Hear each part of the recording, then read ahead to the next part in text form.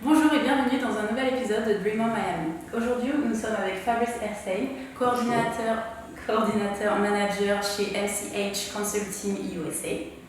Aujourd'hui, nous allons parler des investissements en immobilier à Miami et comment investir en toute sécurité. Merci de nous accueillir, Fabrice. Donc, pouvez-vous vous présenter et nous parler un peu de votre parcours? Alors, je vais parler du parcours de LCH Consulting. LCH Consulting, c'est une compagnie d'expertise comptable qui a été créée avec mon épouse, Monique Herstein, et moi-même, il y a une douzaine d'années. Et nous sommes un cabinet d'expertise comptable. Nous nous occupons de la comptabilité de tous nos clients, la fiscalité, les déclarations fiscales qu'on appelle en anglais tax return, les due diligence, qui sont les audits lorsqu'on achète une affaire, les aides à l'implantation, à la création d'entreprises, création de compagnies, et les operating agreements qui sont en français des accords entre associés quand il y a des besoins. Voilà. Fabrice, quelles sont les 3 bonnes raisons de faire appel à un comptable pour un achat immobilier en Floride? Alors, lorsqu'on fait un achat en immobilier en Floride, la chose la plus importante, c'est de protéger son bien et de protéger sa propre personne.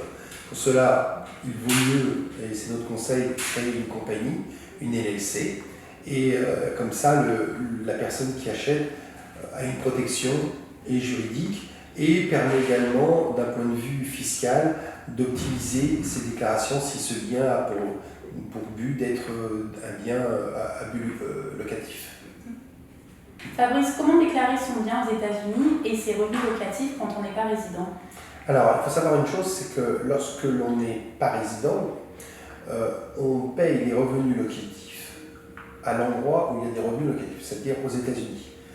Donc, de toute façon, ils sont ici. Après, ça dépend des traités qu'il y a entre les pays, par exemple entre la France et les États-Unis, pour savoir comment, après, les déclarations vont se faire et les informations qu'on doit donner au pays d'origine.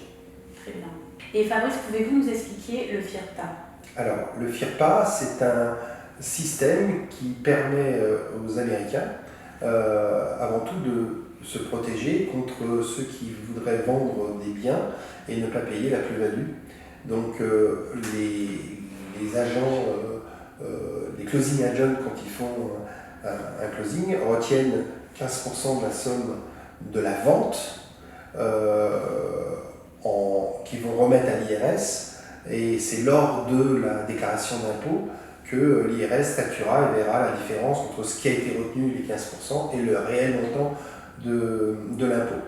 Le système du FIRPA, ça permet effectivement aux gens de faire une application avant ça, c'est-à-dire qu'on fait une application avant le closing, on va déterminer quelle est la part de plus-value, on va la proposer à l'IRS qui elle-même va l'accepter, ça va revenir au closing agent.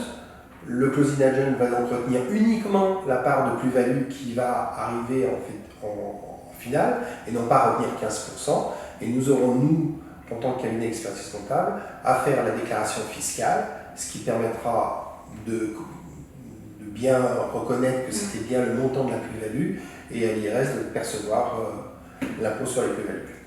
Ok, très bien. Fabrice, quels sont les avantages fiscaux à investir aux États-Unis?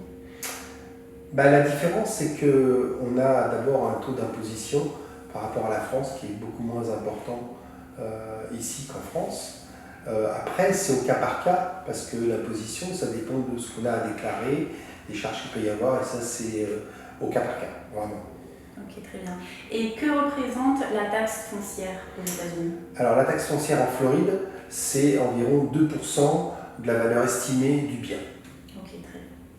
Fabrice, quels sont les conseils que vous pourriez donner à nos auditeurs Dream on Miami?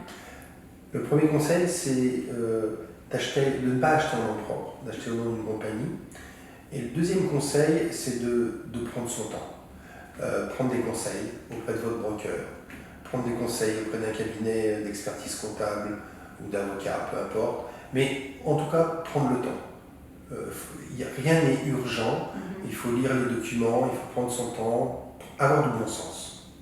Voilà, c'est ce que je vous conseille le plus, avoir du bon sens. Très bien. Merci beaucoup Fabrice pour votre temps. Et j'espère que cette vidéo vous sera très utile. Et n'hésitez pas à vous abonner à notre chaîne Dream on Miami et on se voit très vite pour un prochain épisode.